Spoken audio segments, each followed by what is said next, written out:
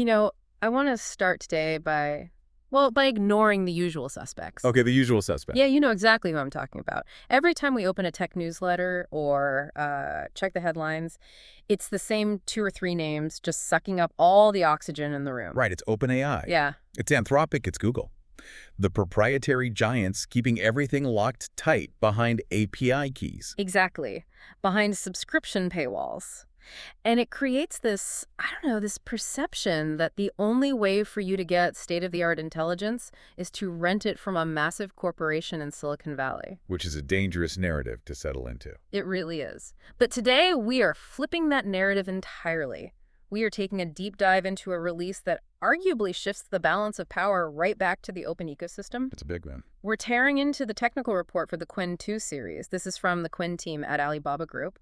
And I don't use the phrase tearing into lightly here. We have a stack of documentation that is dense. Oh, it is incredibly dense. It's technical and, frankly, it's really surprising. Yeah, the headline here isn't just, there's a new model out. The headline is the sheer scope of what they released. Right. This isn't a single software update. It's a full-spectrum assault on the idea that open somehow means inferior.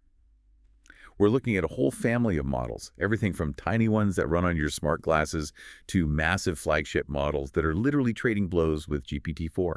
And that's our mission for this deep dive. We need to figure out how they engineered this. How did they surpass their own predecessor, Qwen 1.5?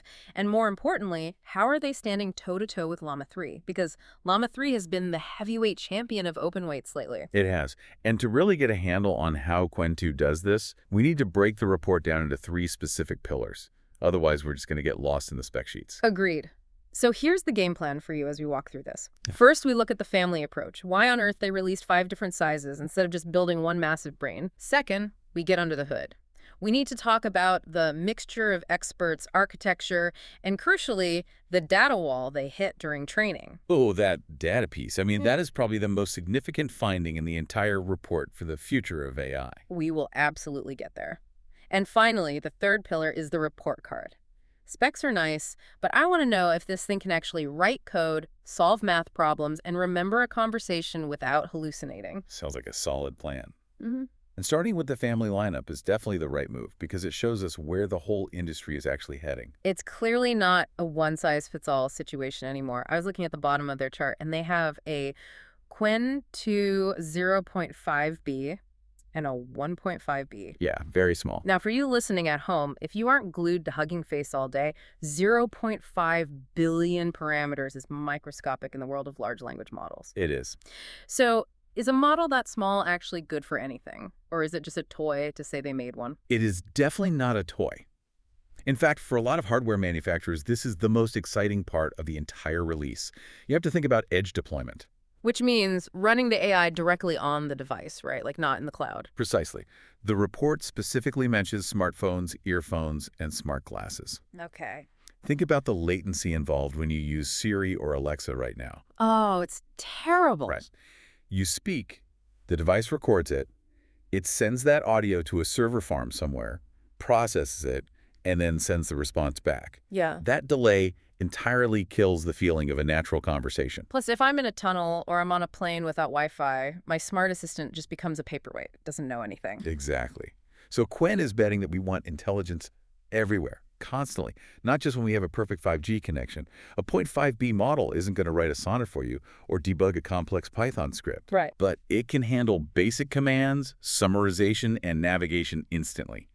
Right on your face, literally, if you're wearing smart glasses. It bridges that gap between a dumb smart device and actual fluid intelligence. So it's the difference between a simple calculator and having a very fast, very attentive intern whispering in your ear. That's a great way to put it.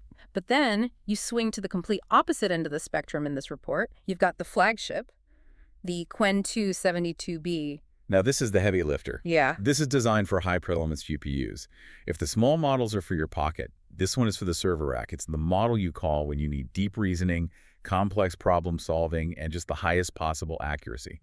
They are positioning this directly against Llama-3 70B. Right, but then there's the odd one out in the middle of the lineup, the Qwen2 57B A14B. Yeah. I mean, the name alone is a disaster. It's a mouthful. I'll give you that. It's confusing. It says 57B, implying 57 billion parameters. But then it tacks on A14B, which the report says stands for active 14 billion. So help me out here. Is it a big model or a small model? The answer is yes. Really? It's both. This is where we get into the mixture of experts, architecture, or MOE. And honestly, if you take one technical concept away from this deep dive today, make it this one. Because this is how we keep skilling AI up without running out of energy or hardware. Okay, break it down for us. How can a model have 57 billion parameters but only actually use 14 billion? Think of it like a massive, highly specialized hospital. Right. You have 57 different specialists in the building. Neurologists, podiatrists, cardiologists, pediatricians. That's your 57 billion parameter capacity. That's the total knowledge in the building. I'm with you so far. Now, in a traditional dense model like the 72B we just talked about, every time a patient walks in the front door, you force every single doctor in the hospital to come into the exam room and look at them. Which sounds incredibly inefficient. I don't need a podiatrist if I just have a migraine. Exactly. It's slow, it's crowded, and it costs a fortune in electricity and compute. But with this MOE model, there is a router at the front desk. Ah, okay. You ask a question, and the router says, okay, this looks like a coding problem, and it sends you only to the coding experts. So the history experts and the poetry experts just stay in the break room. Right. They drink coffee. The report details that for every single token generated, every single word, the model selects only a tiny fraction of its total brain to use. They use what they call fine-grained experts. Fine-grained meaning smaller, more specific pieces. Yes. There are 64 of these experts available in the Qwen2 57B model. But for any given task, the router only activates 8 of them at a time. 64 available, but only 8 do the work at any one time. Right. And that's the active 14B part of the name. It allows the model to have the vast knowledge base of a 57 billion parameter model, but it runs with the inference speed and the cost of a much smaller 14 billion parameter model. It's basically a cheat code for efficiency. It really is. So you get the smarts of the big model, but the speed of the small model. That explains why MOE is taking over so many architectures lately. But the report also mentions something about shared experts versus specialized ones. Yeah, that's a really clever nuance in their design. Think of the shared experts as the general practitioners, the GPs. Okay. They are always in the room, always active. They provide general context, grammar, and continuity to the conversation. The specialized experts are the ones that get routed in and out depending on the specific topic. Oh, so it prevents the model from feeling disjointed? Like it's switching personalities every time you change the subject? Exactly. The shared experts keep the baseline steady. It's a fascinating way to engineer around the hardware limitations we have right now. But, engineering is only the engine. We need to talk about the fuel. And this is where the report gets, well, controversial isn't the right word, but definitely revealing. You mean the training data? The sheer volume of it. Qwen1.5, which was already a very capable model, was trained on 3 trillion tokens of text. For Qwen2, they more than doubled that. They trained on 7 trillion tokens. 7 trillion. Just to put that in perspective for you, that is a massive chunk of all the accessible, high-quality text on the internet. But here's the twist in the report. They mention they actually tried to go even bigger. They ran an experiment where they extended the dataset to 12 trillion tokens. Right. They pushed it. Now, the conventional wisdom for the last 5 years of AI development has essentially been scale is all you need. Right. Just dump more data into the furnace, and the model inherently gets smarter. But that didn't happen here, did it? No, it didn't. And this is the data wall we teased earlier. When they trained on 12 trillion tokens, they found diminishing returns. The model didn't get significantly smarter than the one trained on 7 trillion. In fact, in some metrics, the scores barely moved the needle at all. Wait, I want to make sure the listener really understands the gravity of this. Are we saying we ran out of internet? Or at least ran out of the good parts of the internet? We might be hitting what you could call the quality wall. The Qwen team analyzed these results and realized that simply adding more data wasn't the answer if that extra data wasn't pristine. So the extra 5 trillion tokens were just junk. Well, the jump from 7T to 12T likely introduced lower quality text, duplicated content, maybe machine-generated noise. They ultimately stuck with the 7 trillion set for the final models because it was highly curated. So we are officially moving from an era of data mining where you just grab everything you can scrape to an era of data refining. Exactly. It strongly suggests that the future isn't about finding more tokens, it's about finding better tokens. That makes sense. And speaking of variety in that data, we have to mention the language coverage. This isn't just an English model that happens to know how to order a beer in Spanish. Right. I saw the list. It's extensive. They mentioned about 30 languages. Arabic, French, Japanese, Korean, Vietnamese. They put a massive, deliberate effort into making this truly multilingual. And this matters because historically, open-weight models have been very English-centric. Yeah, they have. If you were a developer in Seoul or Riyadh, you were often stuck using closed APIs from American companies, simply because the open models couldn't handle the nuance of your language. Qwen2 is directly trying to break that monopoly. That's a huge shift for global developers. Now, before we get to the actual test scores, I do want to clarify a couple of terms in the secret sauce section of their engineering report. Sure. They threw around grouped query attention and dual chunk attention. Now, normally I'd just gloss over this jargon, but the report insists these are critical for the model's performance. Can we get a layman's translation of these? We can.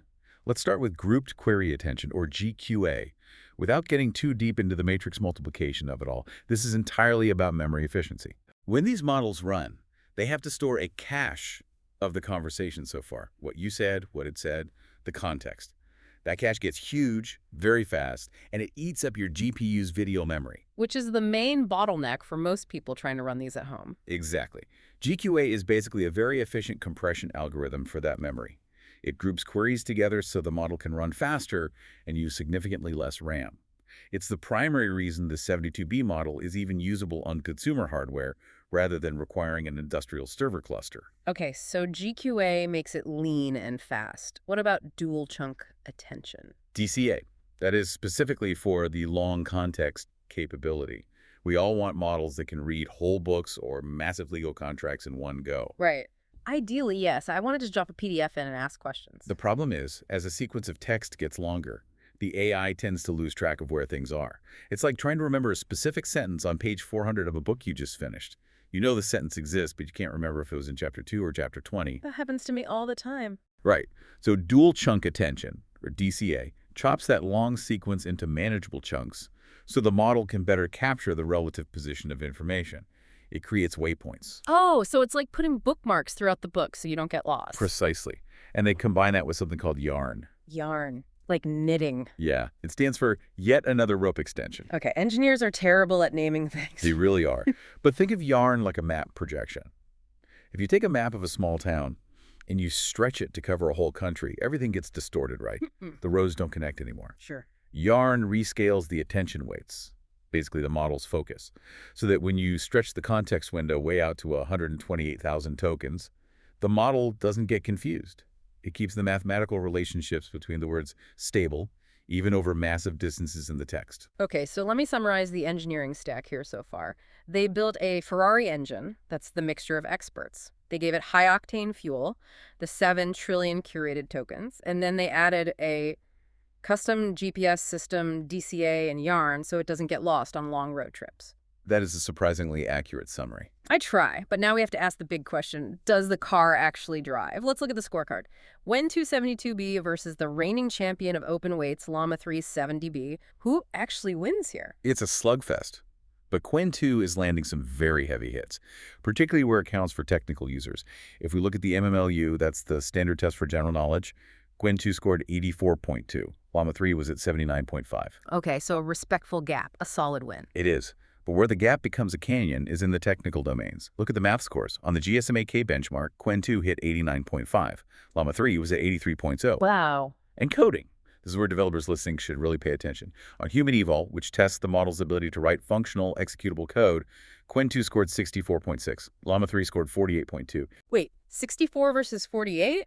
That isn't a margin of error. That's an entirely different tier of capability. It really is. It suggests that Qwen2 essentially understands software logic significantly better than Llama-3. The report emphasizes that they specifically increase the quantity and the quality of code in that 7 trillion token dataset, and it clearly paid off. If you were building a coding assistant or an agent to write software, Qwen2 is currently the open weight king.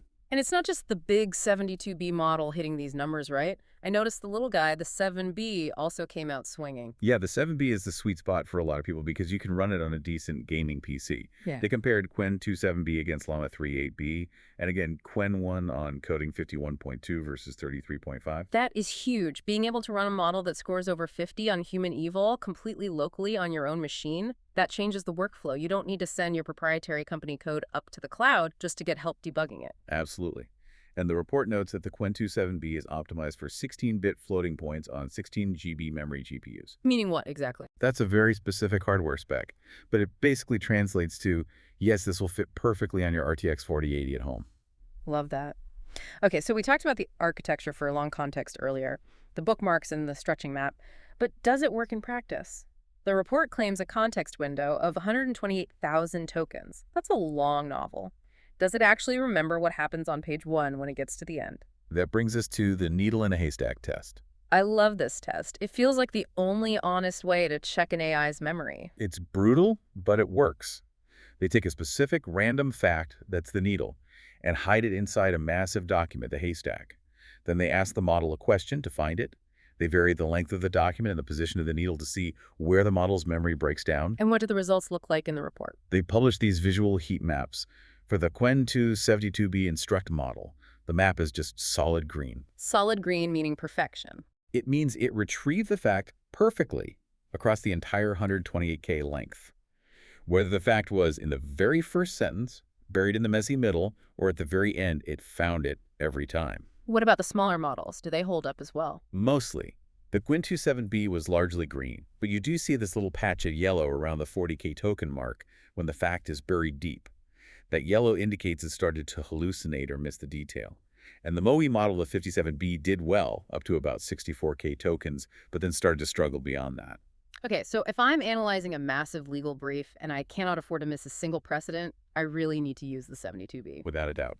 And frankly, the standard needle test is becoming a bit too easy for these top-tier models, so they also ran something called Needle Bench, which is much harder. How so? It requires the model to find multiple facts simultaneously and connect them logically to answer a prompt. Even there, the 72B maintained a score of 73.05 at the full 128K length. So it's not just parroting back a single sentence, it's reasoning over massive distances. Okay, so it's smart, it's fast, and it has a great memory. But is it safe? We're entering the post-training section of the deep dive now. This is where we talk about how they taught the model to actually behave like a helpful assistant and not like a chaotic internet troll. Right. This is the big difference between a base model, which just predicts the next word on the internet, and an instruct model, which answers your questions politely. They use two main techniques here, SFT and DPO. Acronym alert. Break them down for us. SFT is supervised fine-tuning. Think of this as formal classroom instruction. They show the model 500,000 high-quality examples of here's a prompt and here's exactly how a good assistant answers it. In DPO. Direct preference optimization. This is more like a taste test. They show the model two potential answers to the same question and say this one is better than that one. It tunes the model's internal taste to align with human preferences. But wait, 500,000 examples for SFT. Surely they didn't have humans write all of those by hand. That would take a lifetime. No, they didn't. And this is a critical trend mentioned in the report. Automated synthesis. They're using other, perhaps larger AI models to generate the training data for this AI model. Robots teaching robots. Essentially, yes. For math problems, they use something called rejection sampling. They would ask a model to solve a math problem 10 different ways. Then an automated system checks the final answers. The paths that led to the wrong answer. Deleted. The paths that led to the right answer. Those become the new training data. Oh, wow. So the model is effectively practicing against itself and only keeping the winning strategies. Exactly. And for coding, they used execution feedback. The model writes a script, and then they actually run it in a sandbox. Right. If it crashes, it's bad data. If it runs and passes the tests, it's good data. This loop allows them to scale up high-quality training data way faster than humanly possible. That perfectly explains why the coding scores jump so high. It's been battle-tested against an actual compiler, not just human graders. Now, what about the safety report card? Did it pass the vibe check? Mostly, yes. They compared it against GPT-4 and Mixtral. On illegal content, so asking for bomb recipes or how to launder money, Qwen2 72B had a 0.00% violation rate. 0 is definitely the number we like to see there. It is. It beats Mixtral, which had about a 6.8% violation rate on those same prompts. However, there is a needs improvement section in the report. Uh-oh. What did they struggle with? Pornography detection is a 22.9% violation rate there. But the report is actually quite honest and transparent about this. They admit it is conventionally difficult for open models to strictly differentiate nuanced content in that category compared to the proprietary giants. Because the giants have armies of human moderators and filters layered on top of the API. Exactly. It's good that they are transparent about it, though. It's a good reminder for you that open weights means you have more control, but you also have fewer safety nets installed by default. Very true. And they also ran a contamination analysis, which I thought was a really smart addition to the report. This is checking to see if the model basically cheated by memorizing the test answers from the internet before it took the test, right? Right. Because if the questions from the math benchmark are already in your 7 trillion tokens of training data, of course you'll get a high score. You've seen the answer key. So did they cheat? They did a rigorous check and found some what they call false positives. These are common code snippets or famous math equations that are just everywhere on the internet. But they concluded that the high scores are legitimate. It's not rote memorization. It's actual generalized capability. So pulling this all together, we have a family of models that runs from your smart glasses all the way to your server room. It's beating Llama-3 in code and math. It natively handles 30 languages. And it seems to have broken through the just add more data ceiling by focusing heavily on data quality and architecture. It really feels like a maturing moment for open weights. For a long time, the open source community was basically scavenging for scraps, trying to reverse engineer or copy what Google and OpenAI were doing. With Qwen272b, that gap is effectively gone for a lot of core use cases.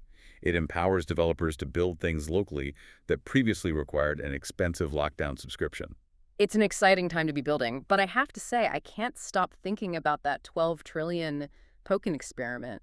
The data wall. It sticks with you, doesn't it? It really does, because if we really have run out of high-quality data, if we can't just brute force our way to a smarter AI anymore by throwing more servers at it, where does the next leap actually come from? That is the multi-billion-dollar question right now. If the fuel tank is full, you have to build a better engine. Maybe it's a further evolution of this mixture of experts approach. Maybe it's something entirely new involving reasoning or System 2 thinking models that actually take time to pause and think before they generate a word. But the era of easy gains via massive data scaling, that's over. The next leap is going to require something much more creative. A fascinating and slightly terrifying thought to leave you with. Thanks for going on this deep dive with us into the Qwen2 series. It was a pleasure. Catch you on the next one.